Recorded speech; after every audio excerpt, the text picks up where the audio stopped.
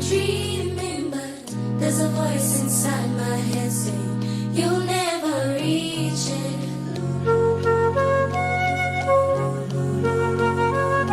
I'm lost, I'm shaking.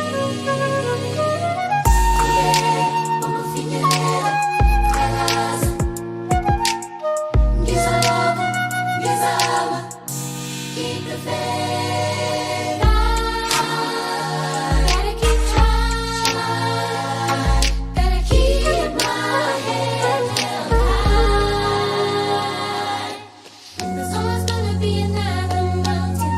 I'm always gonna wanna make it move. Always gonna be another battle. Sometimes I'm gonna have to. Hi, everyone, and welcome to the Africa Cafe 5. This is a very interesting session today. We will discuss at the culture of care, and we are going to specifically zoom in on the caregivers and communities being at the center of change towards ending AIDS in children, adolescents, as well as young people. So we all know that caregivers have played a very important role in terms of providing care for children, adolescents, and as well as young people. So this is a very interesting session. I employ you and I welcome you to the session. Please feel free to get engaged. Feel free to participate using the question and answers chat box that we have. We'll try as much as possible to address your questions on the live session, but also those that will not be able to address, we will direct them to the speakers to answer them direct to you of the session. So let me introduce myself. My name is Casco Mubanga. I'm based in Zambia. I'm a PATA technical advisor for the youth care project, and I'm working on a youth care project based in Zambia. I am happy to be part of this discussion today as a chairperson, and I would love to introduce to you, we are going to have 4 speakers in this discussion. But before I speak to the speakers, I also want to just highlight a bit about the session. So the 4 speakers that we have got Nokuthula Heath, who is coming from Zoe Life, they're implementing a model called the Kids Alive, and she's based in South Africa, and she's going to talk to the peer supporter model. And then we have got Father Alik Bauer, who is based in Washington, DC, but he implemented a project that I'll talk to you as I will be introducing him before his presentation. And he's be talking to a faith-based support model, which is part of the care and community caregivers, like I said. And then we're going to have Asenio Manjata, who is from Nwati, based in Mozambique, and he's going to be talking about very interesting things where we are trying to bring in economical support in part of the healthcare for the recipient of care. So you will talk to say the saving group from the experience from the project that is based being implemented in Mozambique. Then we're going to end with Silindi Chinoda from the Friendship Bench. She's based in Zimbabwe, and she will talk to mental and psychosocial support, which is also makes part of what we are saying, the care and community being at the center of change as we try to end AIDS in children, adolescents, and as well as young people.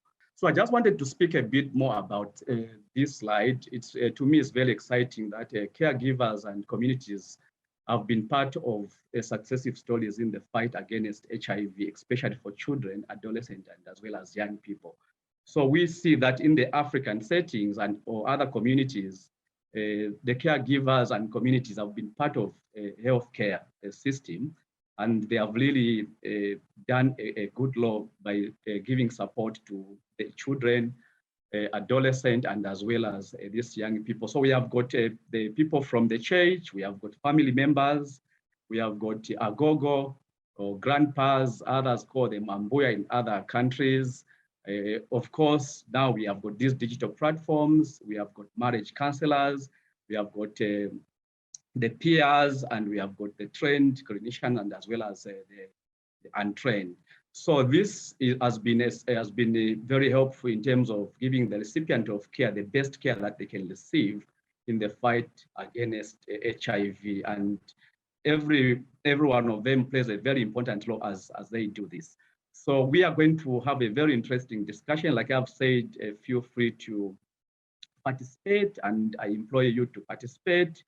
But at this moment, I also want to know where you are watching from. So introduce yourself using the chat box. Just tell us your name and tell us the country where you are also watching the summit from. That will be very nice for us.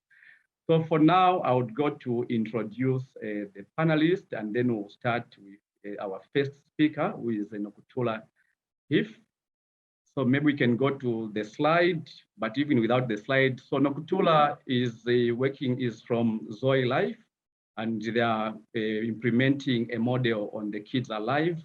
And like I said, she's going to speak to the peer supporter model that they have been used in South Africa. So let us all pay attention, let us all take notes, and we are going to have to ask her at the end of the session when we go into the question and answer sessions. So Nokuthula, over to you for your presentation. Thank you.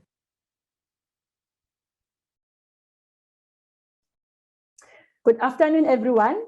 My name is Nokuthula Heath. I'm from the organization called Zoe Life. I am the Maternal and Child Health Programs Manager. And today, for this particular session, I will be taking you through the Kids Adherence Clubs. So what is Adherence Clubs? So Kids Adherence Clubs, it's a care and support program designed to address both caregivers and their children.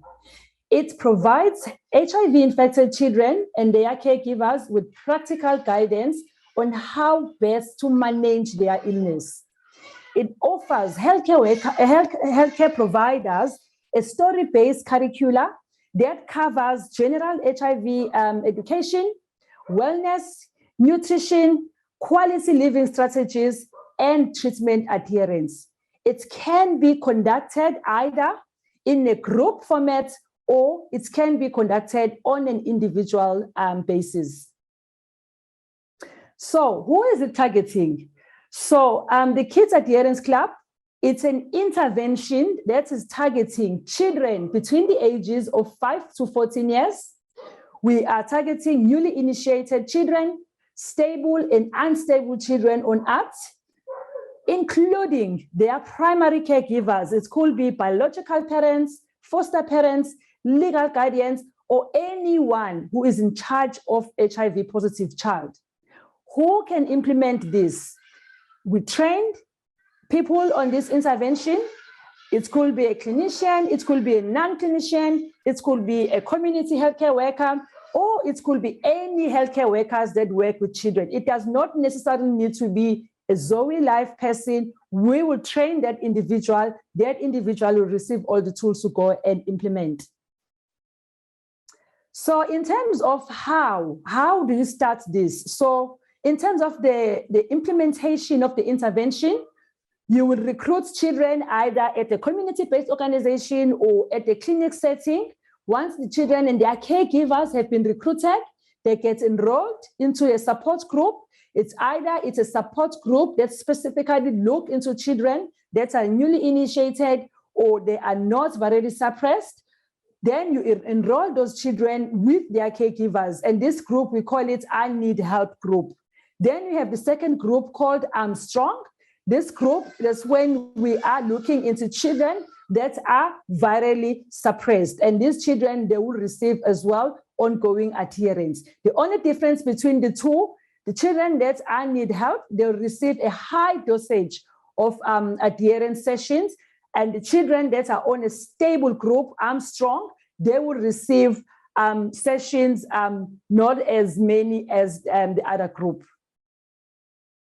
Then this is just an outline on the slide on the number of sessions that we conduct. As you can see in front of you, the sessions that are on a dotted box, those are the sessions that are designed for caregivers.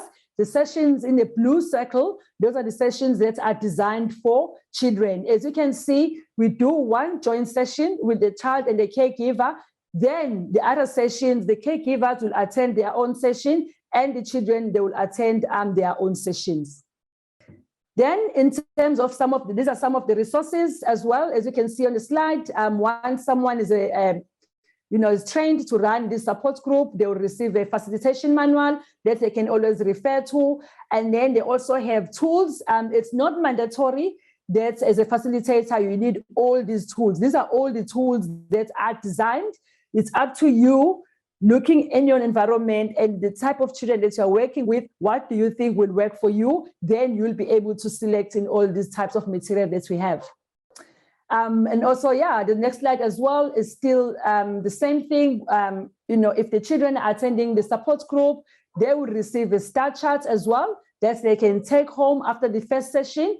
And this is the star chart that they can use when they take medication. They can color in, and then this could be something that can be used between a child and a caregiver, just to, as part of the incentive, to say you can color in your star charts. And then when they come back from the support group, sometimes they even bring it to show you that they've actually been taking their medication.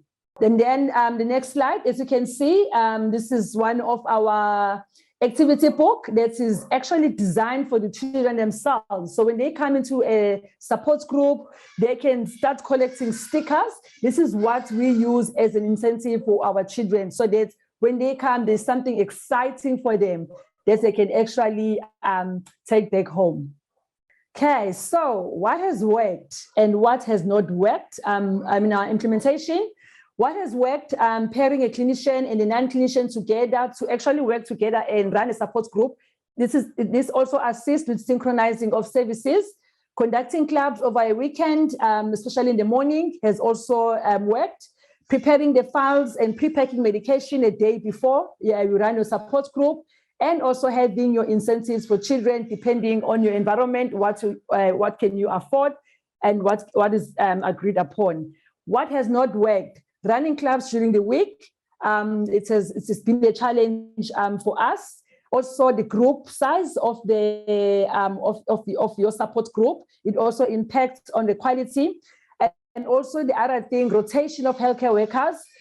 We've had challenges where someone who's been trained to run a support group, you often find out they can move into different streams within the clinic or the community-based organization where they work.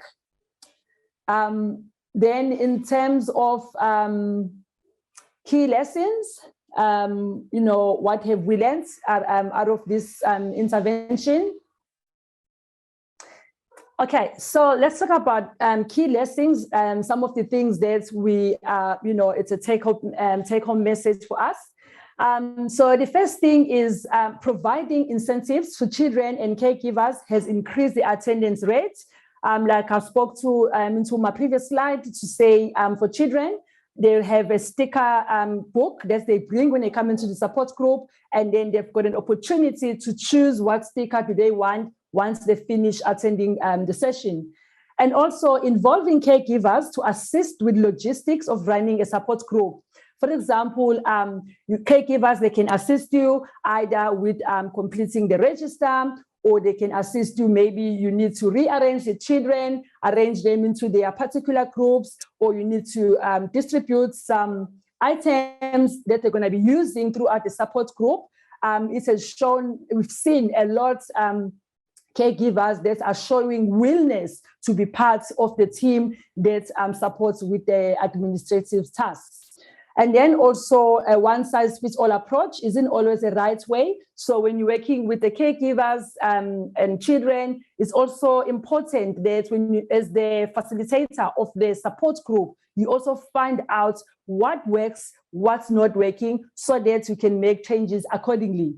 And also keep the session short and fun. As we know, we're working with children, so we want to make sure we get them while they're still alert, and then that's it.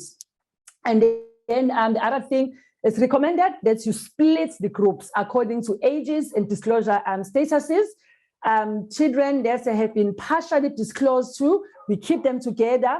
Children that have been fully disclosed to, we also group them together until the partials, once they graduate into a full disclosed to, then you can integrate them into those various groups. And then also the peer-to-peer support for children, especially adolescents. We've seen that it actually works in our environment, because they feel like they're in a safe place to share how are they feeling, and their stories, they're also heard. So we often sometimes take adolescents that have gone through these sessions, and then they become more like an ambassador where they can go and also support their peers that they might be going through different stages in their lives, obviously supported by a healthcare worker. And then also children that have received intensive adherence support has also shown improved health outcomes. Those are the children that they would have been enrolled into a support group that says, I need help. Those are the children that have received a high dosage of adherence. Thank you very much, Nokuthula. That's a very interesting presentation from you, and it's very interesting to learn a lot of things that are working in that model. Very interesting lessons learned as well. I would do request all the participants, let us take notes of the question, if we have got any questions to Nokuthula, which I believe we do have, and we can ask those when we go in the Q&A session. So thank you very much, Nokuthula, for that very interesting presentation. So I'll go to the next presenter, who is Father Lick Bao. Father Lick Bao was implementing a project in the Eastern Kenya, and we are going to learn a lot from there. He is currently based in Washington, DC, and he will talk to the faith-based support model that was used in Eastern Kenya, and some of the things that they learned from that project. Father Lick, over to you for your presentation. Thank you.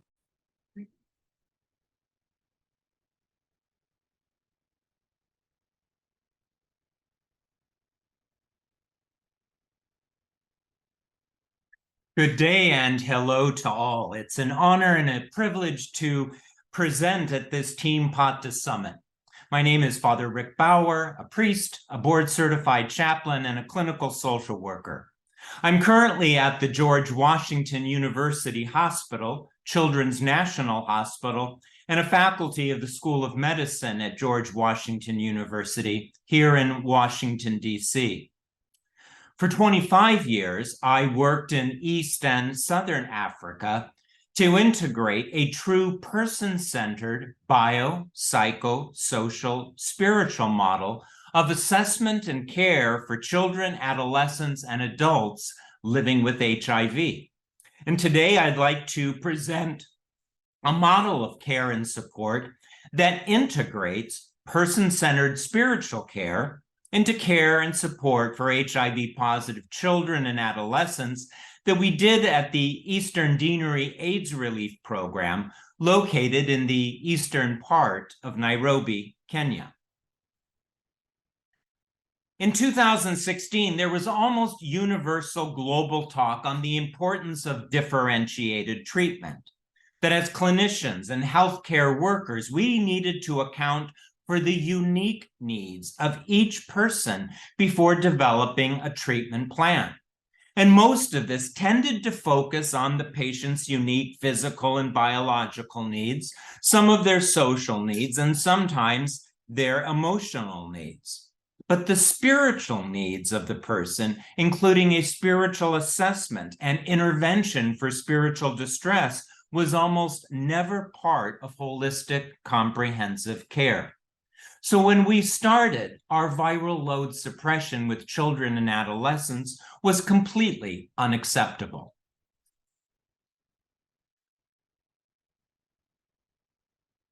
I strongly believe that we will never reach the UNAIDS goals of 95, 95, 95 unless we include all 4 domains of the human person into care and treatment: the bio, psycho, social, spiritual model of care.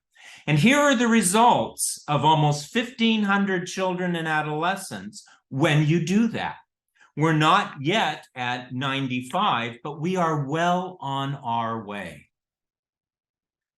I want to be very, very clear that this is not proselytizing. This is not trying to convert a child or an adolescent to your religion or your way of thinking, but this is person-centered approach to discover and empower that which gives this young person meaning, purpose, and connectedness in their lives. How do you get meaning in life? What's your purpose in life? How do you experience being connected with others? And if you believe in God, with God. And so as I begin to train staff, this is the international consensus definition that I'm looking at. It often, especially in Africa, does involve religion in terms of the connectedness, but not always. This is, again, looking at what brings meaning, purpose, connectedness, and transcendence into a person's life. So at our clinic, the initial spiritual distress assessment happens within 72 hours of diagnosis. Here's some of the questions our nurses, social workers, or counselors, whoever is doing this initial assessment, begins to engage with. We've talked a lot about your body and this virus, how you're feeling, about school and home. But here we also care about your faith and religion and beliefs and how that impacts your health. Is it okay if I talk a little bit about this? Do you have a faith, religion, or spiritual beliefs? Can you tell me more about that? Do you participate in a community, a church, a mosque, a temple? And how do your beliefs impact your health? Can we talk about this as we continue our care and support for you? This is an open, honest, person-centered care. We also talk openly about faith healing and how many clients hope for that miracle. They don't want to be on this medicine. But our mantra is it's not faith or medicine, but faith and medicine. And how can we help you integrate both of those in your lives? During subsequent visits, as we continue to do that biopsychosocial spiritual assessment and care, we're looking at the 5 spiritual needs of children. I happen to like my colleague Mark Bartel's 5 spiritual needs to look at how this child has love, faith, hope, virtue, and beauty integrated into their life and into their communities. I'm including a little bit of research for you. We certainly absolutely need more research, especially on pediatric spiritual care, and especially coming from Africa. So for you young students and researchers looking at this, consider this for your dissertation, your next publication. I would absolutely welcome any further discussion, communication. This is the EDARP website. If you want more information on training on how to integrate spiritual care into clinical care, this is our curriculum here at GW University. I invite you to join the Global Network for Spirituality and Health. And lastly, my email. Thank you so much for your time. Asante Sana, and I look forward to more discussions. Thank you, Father Bao, for that very interesting presentation. Indeed, spiritual care into clinical care. We know that in Africa, spiritual care is very, very important. And if we ignore it as we are implementing our interventions or looking at the recipient of care, if we ignore that, we might be missing it. So that's a very interesting presentation from you, Father Lick, and hopefully we have learned a lot, and I know that people might have questions.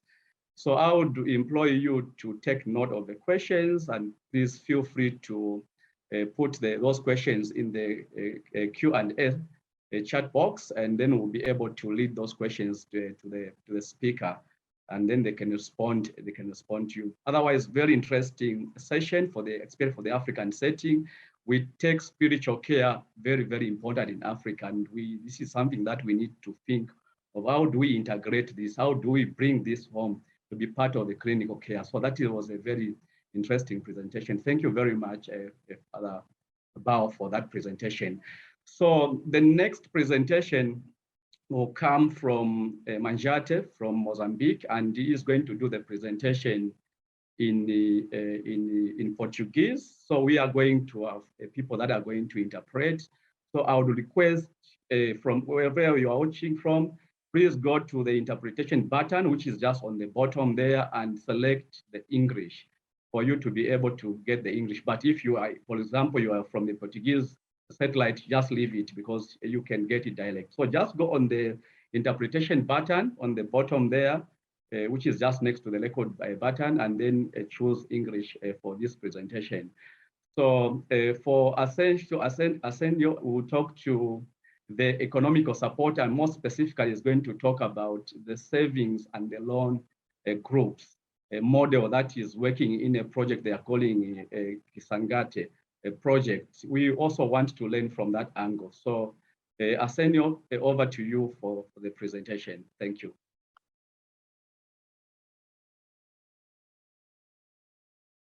Boa tarde a todos. Em primeiro lugar, dizer que sou Arsenio Manjate e estou a trabalhar na UET, uma organização moçambicana, e trabalho como gestor do projeto. Este projeto é denominado por Kusingata. Este projeto é implementado na província de Inhambane, na zona sul de Moçambique, e conta com o financiamento da AIDS Funds e do Breakthrough Partnership, que é do Vive Healthcare. O projeto Kusingata tem por objetivo contribuir de forma positiva para que as crianças e mães vivendo ou afetados pelo HIV possam viver de forma mais saudável e que possam atingir todo o seu potencial de forma plena. E vou tentar agora partilhar como é que a UET está a implementar a abordagem de grupos de poupanças e empréstimos comunitários, de o reforço à situação socioeconômica dessas famílias com que estamos a trabalhar como grupo-alvo do projeto. E quero acreditar que muitos de vós aqui podem estar familiarizados a esta abordagem de grupos de poupanças e empréstimos comunitários, pelo que gostaria de poder receber alguns dos vossos comentários após esta minha apresentação que estou aqui a fazer. Para começar, vou iniciar por fazer uma definição de forma sumária daquilo que é a própria abordagem de grupos de poupanças e empréstimos comunitários, que de forma geral trata-se de um grupo de pessoas que tem uma composição de 10 a 20 membros que poupam em conjunto e fazem empréstimos com uma taxa de juros que é estabelecido pelos próprios membros e que no final de cada ciclo de poupança, as suas poupanças e os empréstimos e todo o valor acumulado é distribuído pelos membros. Esta abordagem com o objetivo de apoiar as mulheres grávidas e lactantes vivendo com HIV e cuidadores de crianças vivendo ou expostas ao HIV, para reduzir a sua vulnerabilidade socioeconômica e melhorar a sua adesão e retenção nos cuidados e tratamento antirretroviral através da provisão de sessões de literacia financeira básica, mas que também damos sessões básicas com temas de saúde e referimos também esses participantes dos grupos de poupança para os vários serviços de saúde. Esta atividade inclui várias etapas, e sendo que a primeira etapa, segundo o diagrama que aqui temos, trata da seleção e formação dos facilitadores comunitários da própria metodologia, em termos daquilo que é o pacote em si, de como é que é conduzido a sessão de poupança. E depois temos também a aquisição de material de poupança, material este como o cofre para guardar o dinheiro que é poupado pelos membros, E o passo seguinte é o passo da mobilização da comunidade e o recrutamento dos membros para os grupos de poupança. Primeiro é apresentada a abordagem aos líderes comunitários, de modo que as lideranças comunitárias possam ter conhecimento desta abordagem e os atores comunitários também do projeto, nesse caso os facilitadores da própria abordagem ao nível da comunidade e a comunidade em geral, isto com o objetivo de facilitar o processo de recrutamento dos membros. E o recrutamento dos membros dos grupos é feito através de vários canais que, para o nosso projeto, que exemplo, temos os membros que são recrutados através das outras abordagens que são implementadas pelo projeto, como é o caso, por exemplo, dos grupos das mães mentoras que fazem as visitas às mulheres grávidas e às latantes vivendo com HIV, mas também através das atividades de testagem para o HIV que o projeto implementa e também através da outra abordagem que é dos diálogos comunitários que é implementado pelo projeto. Por outro lado, o recrutamento também é feito em colaboração com os outros parceiros de implementação e o pessoal de saúde nas unidades sanitárias que identificam os possíveis membros e que possam reunir os critérios para o efeito. Os membros de grupos de poupança são também informados sobre os detalhes desta metodologia de VCLE, incluindo sobre como fazer as poupanças, como solicitar os empréstimos e as respectivas devoluções. Importa aqui também mencionar que este grupo elege a sua estrutura de liderança de forma livre, concorda entre os membros aquilo que são as regras do grupo, quais são os valores que o grupo acorda que devem poupar, estabelecem também a taxa de os membros que tomam os empréstimos e também concordam aquilo que é a periodicidade das poupanças, se vai ser num período semanal ou 2 vezes por mês. Então, tudo é acordado pelos membros do grupo e que também decidem qual é a duração do ciclo ou da poupança que eles pretendem fazer, que varia, pode ser de 6 meses, de 9 meses a 1 ano, mas tudo fica ao critério da decisão do grupo. Então, posto isto, os membros podem também estabelecer aquilo que é o fundo social e que é usado este fundo para melhorar a solidariedade entre os membros do grupo, permitindo o acesso a fundos específicos para eventos que não são esperados, são eventos, por exemplo, de emergência, em caso, por exemplo, de uma doença súbita de um membro, então eles podem usar o fundo social para apoiar a esta pessoa a aceder aos serviços de saúde. Pode-se dar o caso, por exemplo, de morte de um familiar dos membros, então usa-se este fundo social para apoiar a este membro que pode ter registrado alguma situação de emergência. Então, como já terei mencionado atrás, os facilitadores conduzem as sessões de literacia financeira básica, bem como a informação padronizada sobre temas de saúde. Durante o passo também, eles oferecem guias de referência para os membros, mediante a solicitação de cada membro, para que possa aceder aos serviços de saúde. E no final de cada ciclo, os membros discutem ideias sobre como investir e para quem investir o valor que eles pouparam. Isto para evitar que o valor seja perdido, que pode ser usado, se calhar, para fazer festas da família, e o objetivo não é esse, mas é para poder reduzir a vulnerabilidade socioeconômica dessas famílias. Então, dentro do nosso projeto, nós sempre incentivamos que o valor poupado seja investido para a criação de alguma atividade de geração de renda. E no final de cada ciclo, os fundos que são poupados por cada membro, assim como os juros que são gerados a partir dos empréstimos que foram contraídos pelos membros, são distribuídos por todos os membros e muitas vezes os grupos de poupança, quando chegam ao final do ciclo, decidem a continuidade do segundo ciclo, mas tudo fica ao critério do próprio grupo. Sim, a seguir vou falar daquilo que são os benefícios de participar nos grupos de poupança e que são benefícios que nós notamos nos nossos grupos que estamos a implementar ao nível do projeto, sendo que com participar no grupo de poupança, os membros melhoram a sua disponibilidade de fundos ao nível doméstico e familiar e individual e melhora a sua capacidade de planificação a longo prazo das finanças dentro da família, o que melhora, de certa forma, a situação socioeconômica dessas famílias para a sua resiliência. Os fundos poupados também podem melhorar a qualidade de vida dos membros e dos seus familiares, por exemplo, para assegurar que as famílias tenham fundo para poder pagar transporte para aceder aos, isto é, tem valores poupados para poder pagar o transporte para poder ir à unidade sanitária, mas também pode melhorar a segurança alimentar das famílias.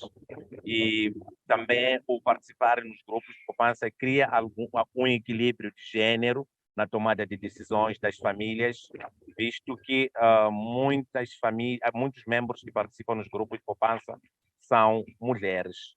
Então, isto ajuda, de certa forma, a criar este equilíbrio na tomada de decisões, em termos de gênero.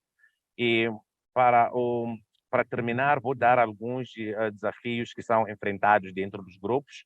Um dos primeiros desafios é em relação à falta de dinheiro para iniciar com a poupança. E nós temos dado algumas soluções que trata-se de ligar as atividades de poupança com algumas atividades de geração de renda, onde, estando na atividade de geração de renda, consegue obter algum dinheiro para poupar e vice-versa. E também tem o desafio que está ligado à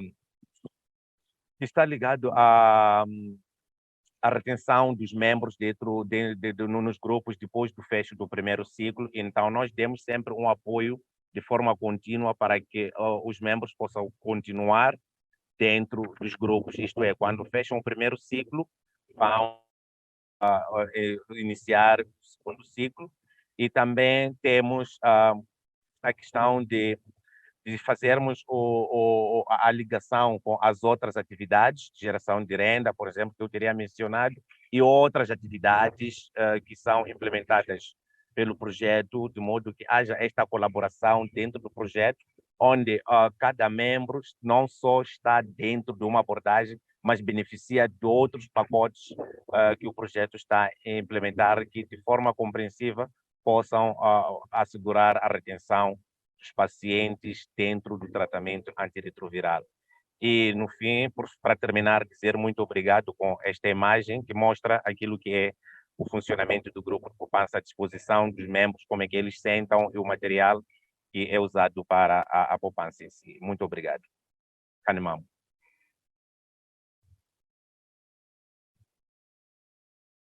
Thank you very much, Arsenio, for that very interesting presentation on the model.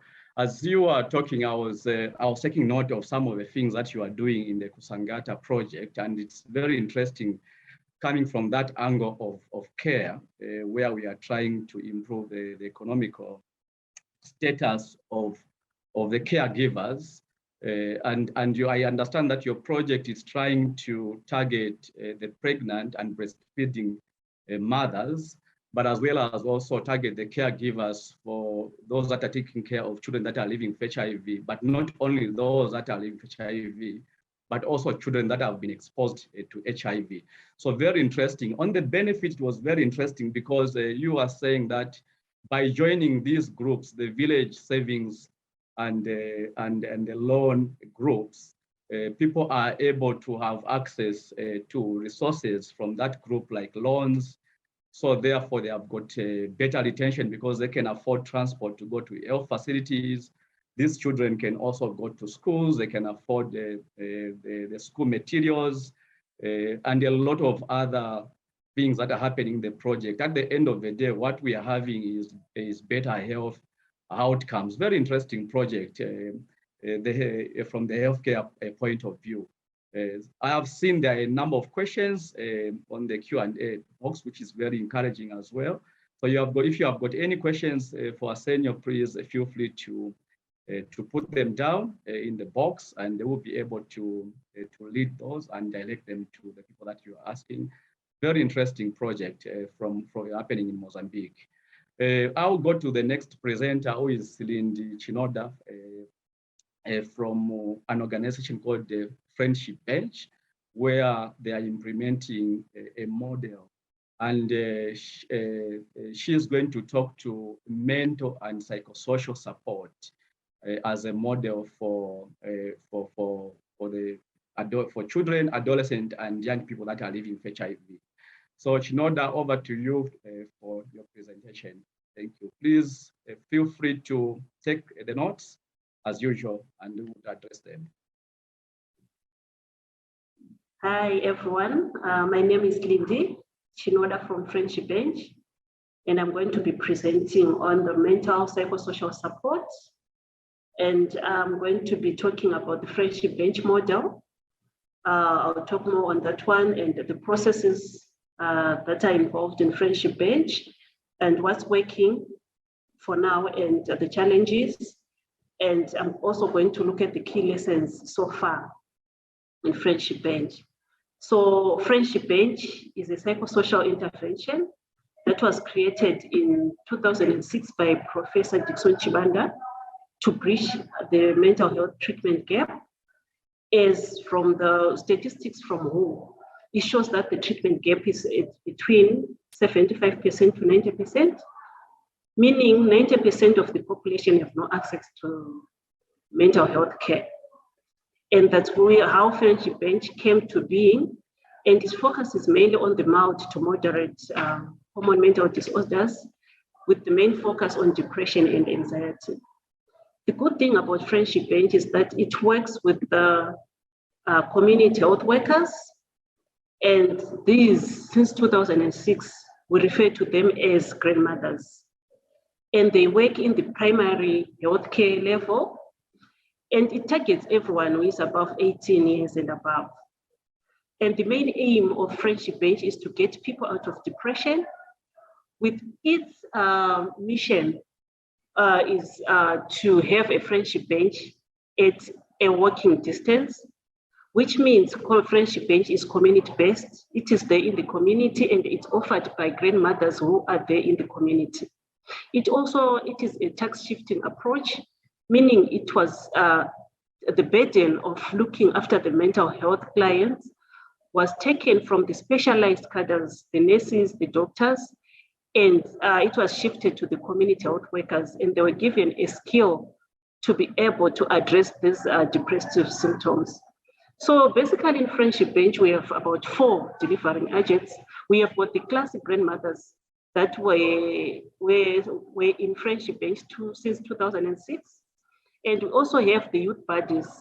These are university students on attachment, and they offer psychosocial support to other peers, anyone who is in the academic setting. And we have this in a 1-year period. We also have what we call the nurse supervisors, whereby these ones receive the red flags. From the tools that we use at Friendship Bench, we have got 2 questions that we refer to as red flags, where someone is presenting with hallucinations or suicidal ideations.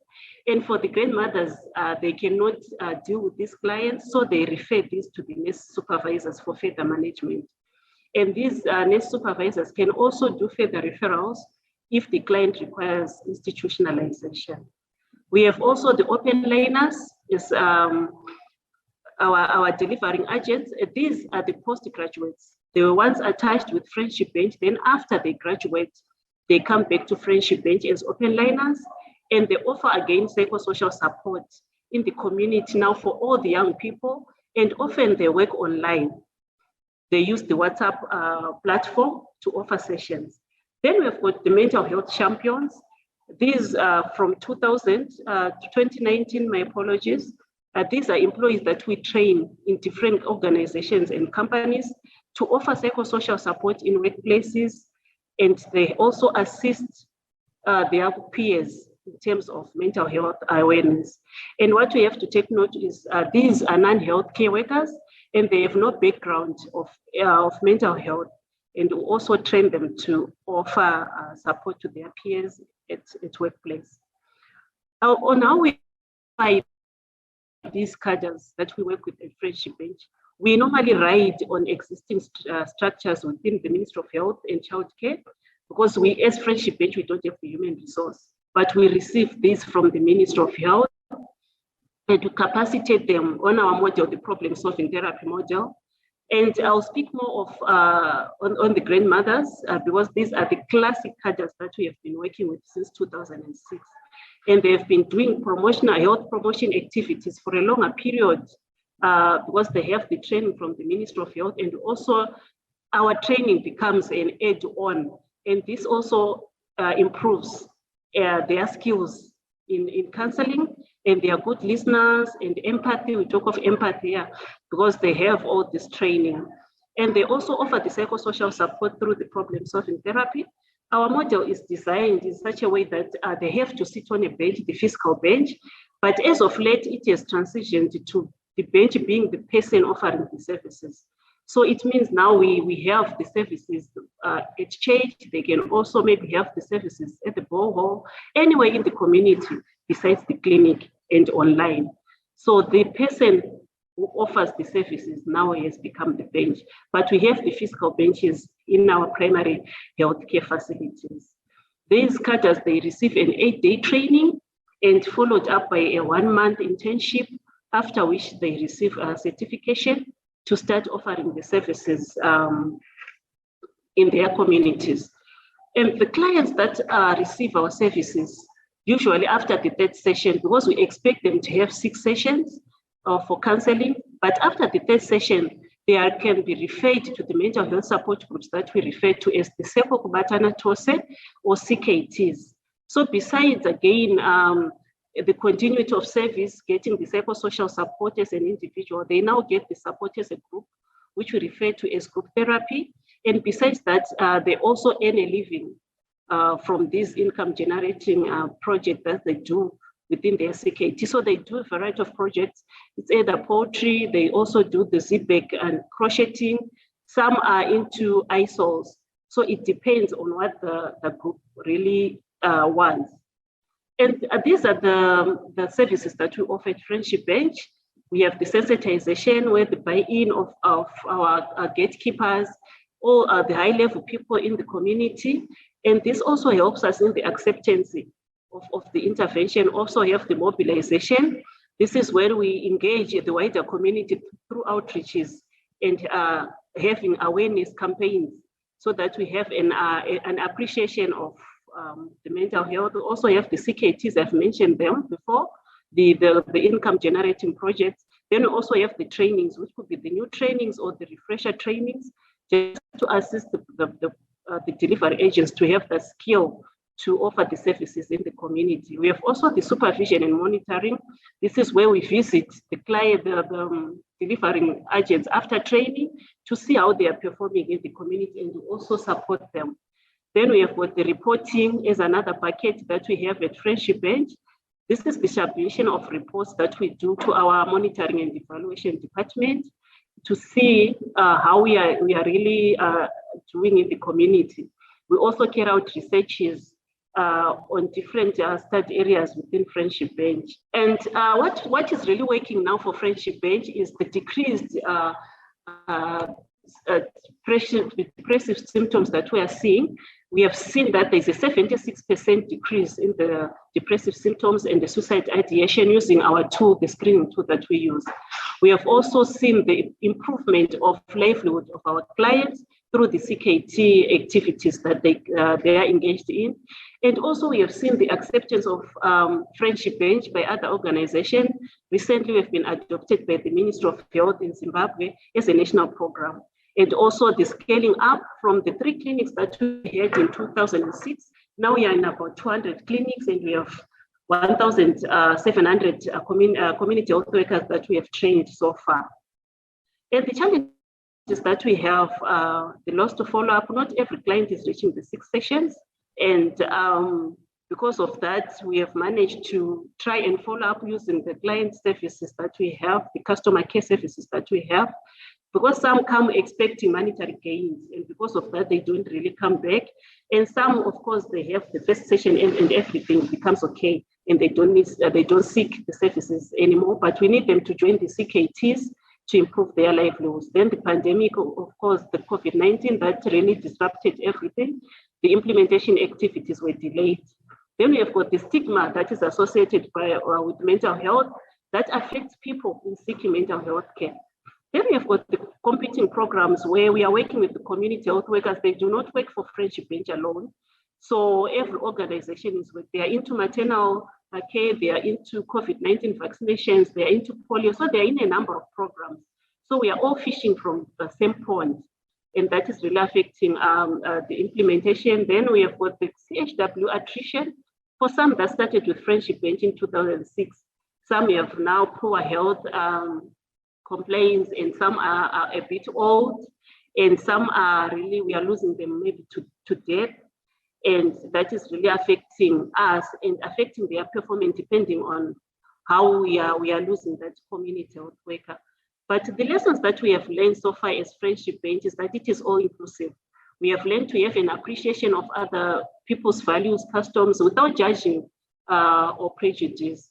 Then with the buy-in from the key stakeholders has also made the intervention more accepted and much easier to work in the communities. We have also seen the increase in capacity building, that we realize the importance of capacitating our mental health providers so that we may strengthen the care in our primary health care facilities. And also the integration of Friendship Bench into existing programs. As Friendship Bench, we are not standalone, we do not work in isolation. We need other programs that are into mental health for us to work together. Then the partnerships, we've again realized that the formal workplace has not been getting much attention when it comes to mental health. Hence, we have worked in collaboration with the WHO Special Initiative to try and penetrate the workplace. And this has been working well as we are also into the workplace to try and assist our workers so that they perform much better. I thank you. Thank you very much, Shinoda, for that excellent presentation. Yes, now I understand what the Friendship Bench really means when you did that presentation. I was thinking it's just a bench at the clinic, but now you have explained. Excellent presentation. So thank you very much to all the speakers for those wonderful presentations. And I know all your presentation, we are speaking to today's theme, which is shifting and shaping strategic priorities. And we cannot afford to continue business as usual if we are to achieve the UN's goals, which is the 95, 95, 95. So we need to change on the way we are doing things. And of course, all your presentations were excellent, and they were also speaking to our main topic, which is putting the caregivers and community at the center of change as we go towards ending AIDS in children, adolescents, and as well as young people. We have got a number of questions in the Q&A. I have seen those questions.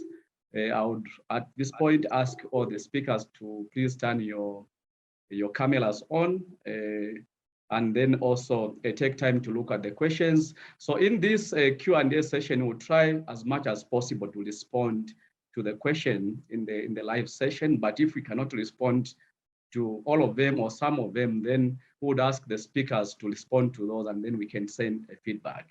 So I'll go to the Q&A box, and then we can start asking the question. So approximately we have got about 30 minutes to do the Q&A session. So we have a bit of time, and we'll try as much as possible to address those questions.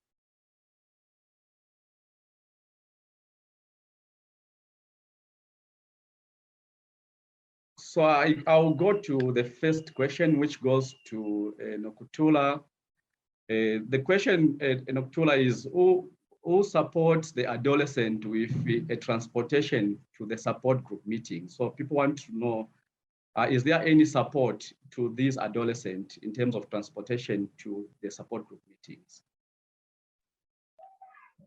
Okay, thank you, Chair, for the question.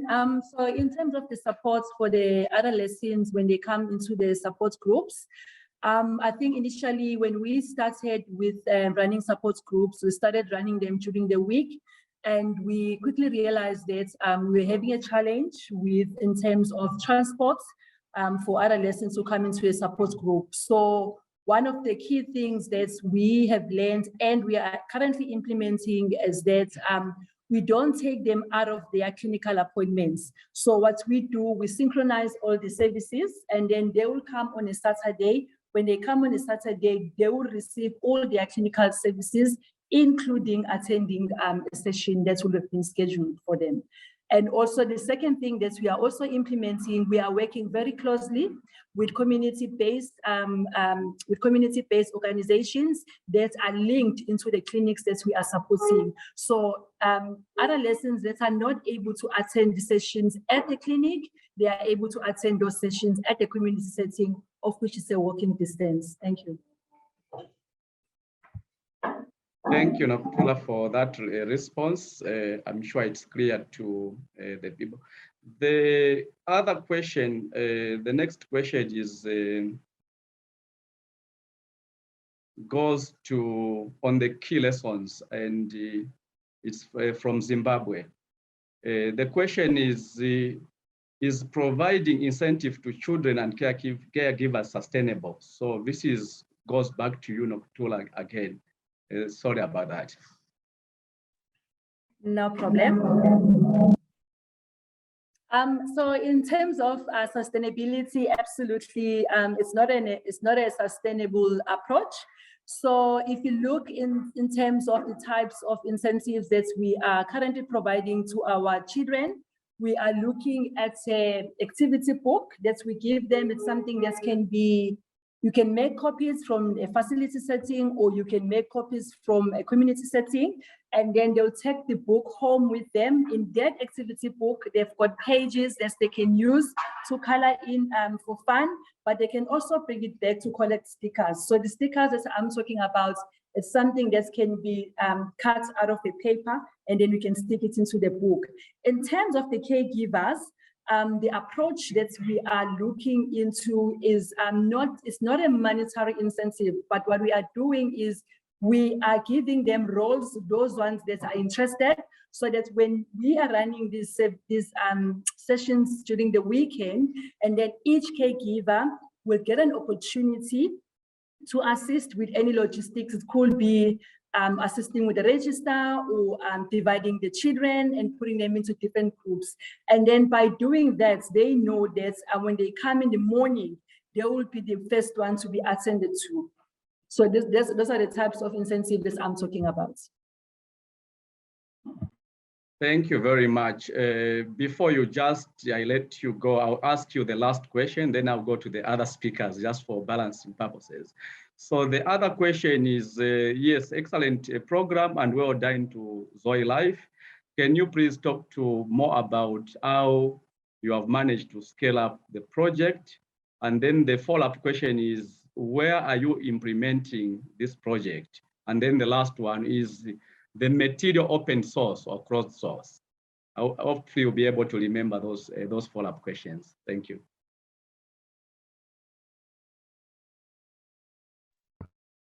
Okay, thank you. So the first thing to respond to in terms of how the program has been effective, I think in terms of the implementation, we do have data at the moment that speaks into children that were enrolled into these support groups, specifically in the groups where they were not virally suppressed, and then after receiving a high dosage or enhanced adherence sessions, when we did bloods, and then we realized that those children were actually suppressing. So we do have some publications that I could probably email, and individuals that are interested, they can look into that. And then in terms of the scale up, we are scaling up we are actually using two methodologies. So the first thing that we have done in South Africa, specifically in KwaZulu-Natal, we are providing direct services where we train healthcare workers, we provide mentorship, And then they are the ones that are running these support groups. And we are also having our champions that are currently, obviously, they are currently funded. And then we are implementing in 8 clinics at the moment, and also supporting 4 community-based organizations. So that's a direct implementation from the organization itself.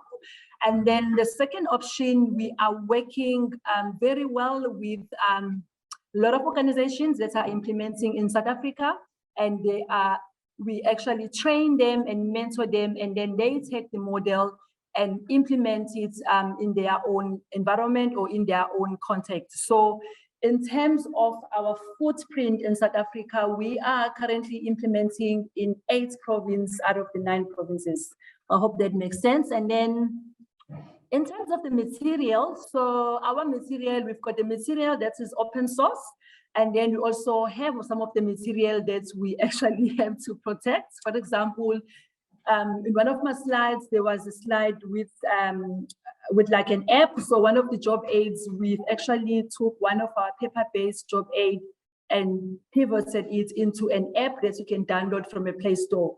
So because we are working with children, with that, it's not an open source. We want to make sure that the person who's accessing that information, they are being trained and they are able to utilize it without causing any damage. And then we do have other resources that they can receive in the training, and then they can also make copies. So yeah, and then also we also have a WhatsApp, of which at this point I can say it's open source, because if you have an access into your WhatsApp, you have the number, you are able to WhatsApp and ask questions, and then you've got a bot that gives you information based on the categories that we have on the menu. Thank you. Yeah, thank you very much, Nokuthula, for the responses. Just to implore you that you can check, there are more questions, and those you can respond to them off the session. So I'll move on to Father Bauer. There are some questions for you. Of course, this is a very interesting session, spiritual care, and a lot of debate has happened with this topic. So the question to you, Father Rick Bauer, is, how is spiritual care integrated into the clinical care in the facility? Is this provided by a separate person? So that's the first question. I will ask the second question once you respond to that. So yeah, in our model, it happens within 72 hours. So it's usually after the physical assessment, either with the doctor or the clinical officer has done that initial assessment, prescribed the medication. It happens after the nursing assessment. Usually they see one of our social workers for the mental health screening, the social situation. And initially it was the social workers that put this on and asking those basic questions. We've talked about your body, your feelings, your school, your home situation. We also care about your faith, your beliefs, your spirituality, your religion. Is it okay? Start to have that conversation. So it's really seen as integrated into a comprehensive history and physical during those first initial days. And what we found is that it was very new for people. Their healthcare providers, they weren't used to having their healthcare providers ask about faith.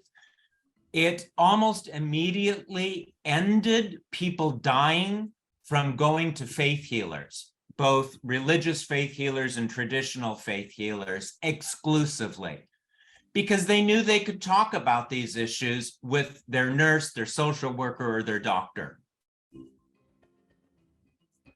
Very interesting, yes, very interesting highlights from there. So the second question is just a follow-up on what you wanted to respond to. How can we approach the patients when their religion do not believe in HIV, and they recommend that our patients stop the HIV treatment? So just a follow-up on what you are starting to explain. It's exactly the same thing. In Swahili, what I kept saying to, we use the culture, and our culture in Kenya is karibu, karibu, karibu. Everyone is welcome.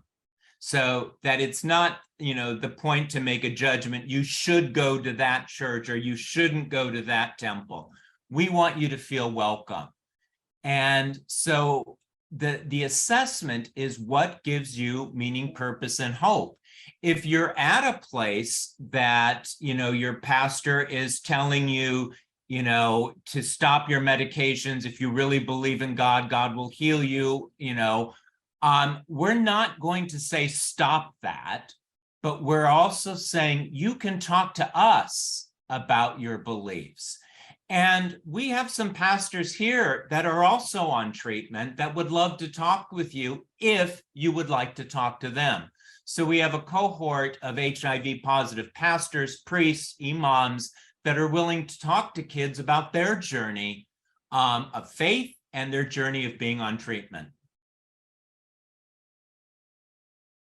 Thank you very much for that elaborative response. And thank you very much, the team or the satellite from Nigeria for the question to Father Bao.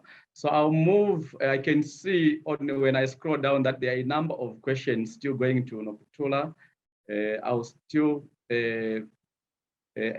ask other speakers to respond. Like I said, Nokuthula, you can take note of those questions and then we can respond to them. There is a question from Zimbabwe, Bulawayo to be specific, to Majate from Mozambique.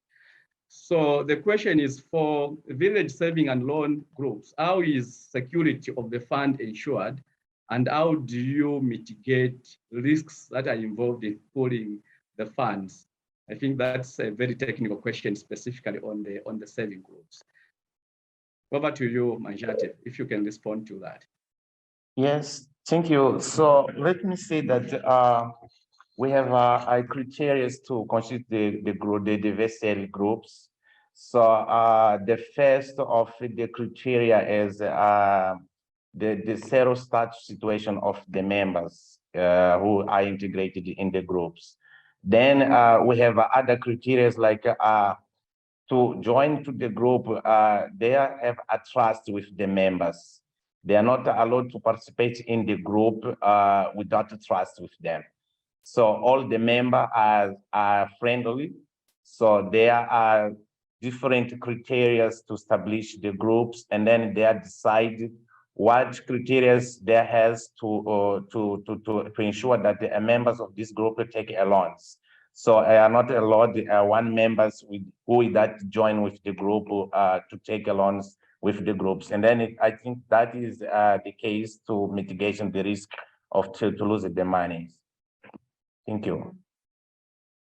Thank you, Majate, and it's good that you have tried to respond in English. So there is a follow-up question for you. So the person that is asking is, what are some of the good practices that have been learned from this project, especially when it comes to care for children, adolescents, and young people? What are some of those best practices that you can share to the participants? So good. I think I can share with you the good practice, putting the relation with the other approach that we are implementing. So, for example, we have some challenge with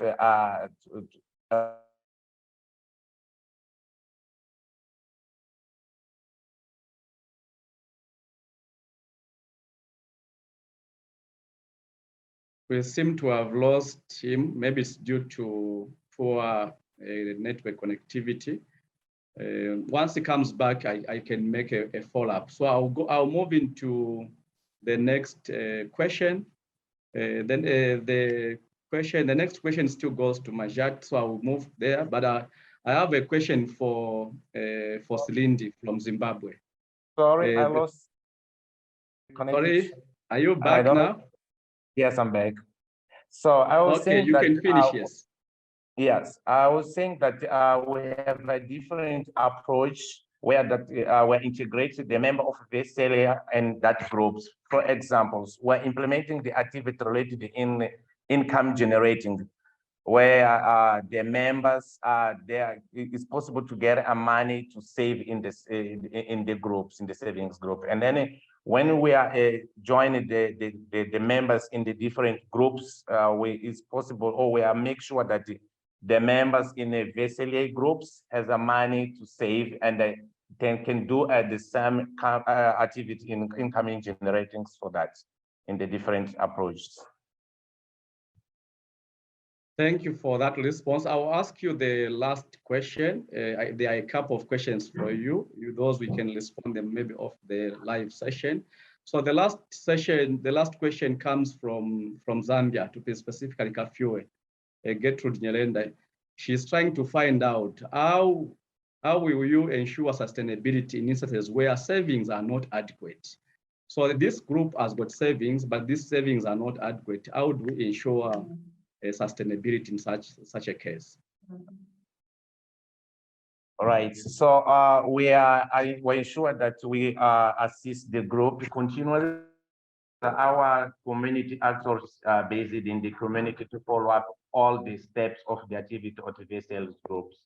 So they are doing a lot of sessions to ensure that the members are retained in the groups. Otherwise, we are implementing a different approach, such I said in the past, that we are doing a lot to counsel the groups to continue showing them what is the benefits to join in the groups. And then in our experience in the field, to join in the group, savings groups, they're showing that the people get a lot of benefits in participating on that groups. Thank you very much for that response. I will move on to the next question, which goes to Silindi on the Friendship Bench presentation. So the question is, what was your experience with your team during the COVID pandemic, where we recorded an increase in terms of mental illnesses amongst your target beneficiaries and as well as caregivers? What were your experience? Because we have these mental health issues, and then COVID also brought the other challenge of where we saw an increase in these cases. So what was your experience as a project and as a model in Zimbabwe? Yes, we get I don't know if I can say that. Sorry, we get the a question bad goes to experience. Silindi. Sorry, Manjat, maybe I wasn't okay. very clear. Okay. Yes, it That's goes to Silindi. Yes. Thank you. Okay, all right, thank you. Yeah, so it's very true that there was an increase of mental health issues during the COVID-19, because as we remember well, we were all confined in our homes. And for some of the victims, they were confined in those homes with the perpetrators of a variety of crimes. And because of that, there was a high need of the mental health care. So this really gave birth to our platforms. As I mentioned during my presentation, that mainly Friendship Bench is a physical bench. It starts from the physical bench that we have. But this again created more platforms where we had to come in with interventions. That's when we created the online platform, whereby we had sessions using WhatsApp. So we created a platform where even when people were in their homes, they had access to our intervention using that platform, whereby we had to link them with a psychologist or a therapist so that they could have the sessions during time. It was so difficult now to go to the clinics because our benches are in the clinics. It wasn't possible so it was the creation of the online services that we have. So we continued offering the services even during that time and up to now. And also there was also the creation of what we call the caring for the carer, because we noticed that during the time, the frontline workers, they were not really given that opportunity to have the psychosocial support. They were not receiving much, and we took a break during that time. For us, we are in the homes, but the frontliners, they were continuing with their work. So we also came up with an initiative that we referred to as Caring for the Care, in collaboration with OFID, with PEPFAR, with the JF CAPNAC. So we continued to offer these services even during the time. So we did the services during the time.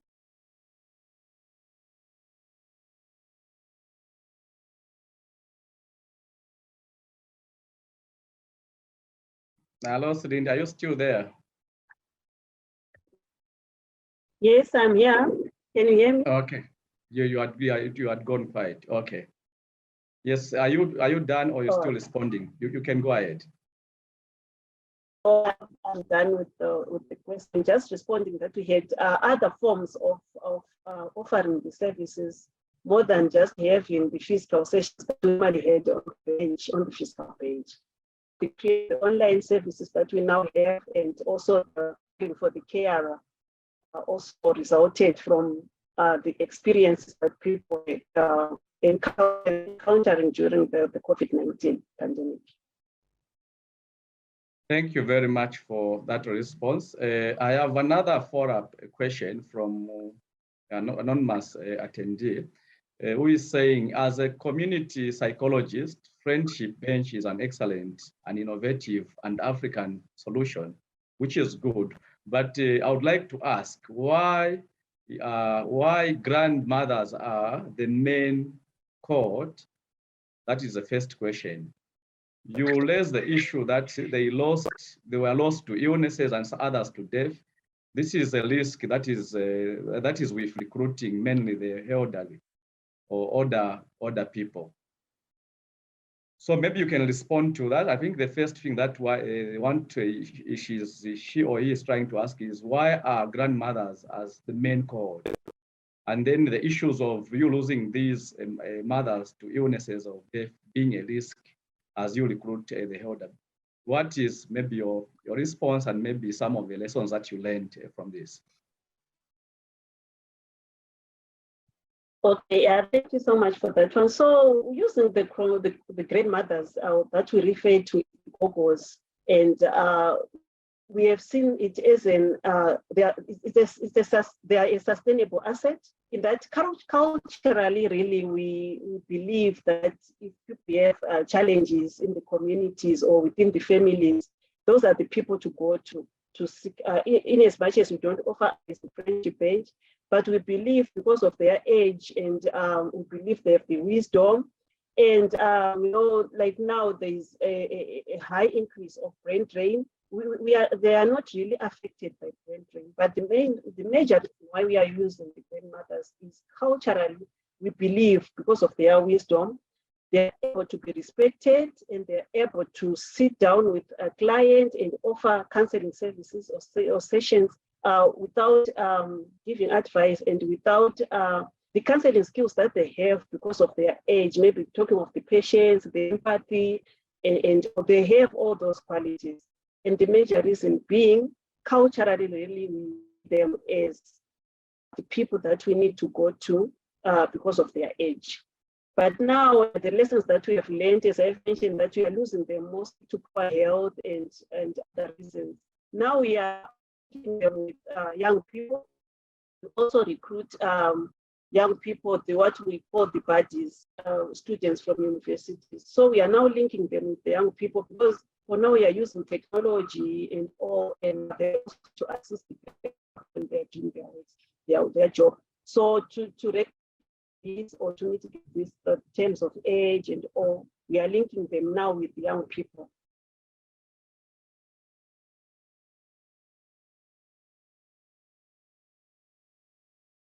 We seem to be losing Cindy. I think it's due to the poor connectivity there. Yeah, so just to add, last week, I'm from training health providers, and they were young, and of course, those elderly health providers, most of these are in charges. And one of the things that we learned is that the adolescent and young people are more free to approach the elderly health providers comparing to those that the younger ones. So maybe could be one of the reason why the Friendship Bench had considered to target those, because young people feel this is my grandfather, this is our go-go, I can share with them anything, unlike those other providers that are in the age range of their parents who are more on controlling and more on discipline, but the elderly one are more on accommodating and listening to the young people. Maybe that could be one of the lessons. Yeah, thank you very much for that question. So since we still have a bit of time, maybe I can ask the last question. Arsenio, you have a number of questions, so maybe I can ask you the last question before we sum up. So the question is, do you offer other options for clients who are not interested in the village savings and loan, like skills trainings, for example? Are there any other options for those people that are not interested in joining these groups? Essential, Najati, that's the question to you. Yes, thank you. So when we have verified that the people are not interested to join to the savings group, we integrate them in the other groups like mothers to mothers groups and to income generating groups. So we provide a lot of support to ensure that our target group are retained in the treatment and cares. So we are implementing different approach, and then we integrate the member who are not interested in the VSL groups to other groups. Thank you very much for that response. So just the last maybe follow-up question to you. So to ensure that there is people pay, are there any, is there a requirement for people to have collateral when they are borrowing money from the group? And they are going to use this money maybe to take a child that is living with HIV for care and support at the facility. Is there collateral or this is open? It's open, it's depending of decision of the groups. The groups establish the roles to implement their groups in the community. It's all depending of their agreement with the members in the group. Thank you very much to all the speakers for responding to those questions. Like I've said, that there are a number of questions in the Q&A box. We need to respond to those. And thank you very much to all the participants for your question. Indeed, this was a very interesting session because it speaks to us in our setting, because we know that caregivers and communities, indeed, these are at the center of change, and they have played a very vital role for us to provide care for children, adolescents, and as well as and the young people. Otherwise, shalom, shalom to everyone. Thank you very much to all the speakers. You are wonderful, and thank you for your presentation and the responses.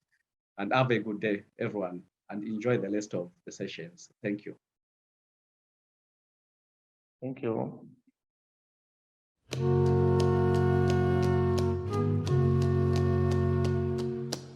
I can almost see it, that dream I'm dreaming, but there's a voice inside my head saying you'll never reach it.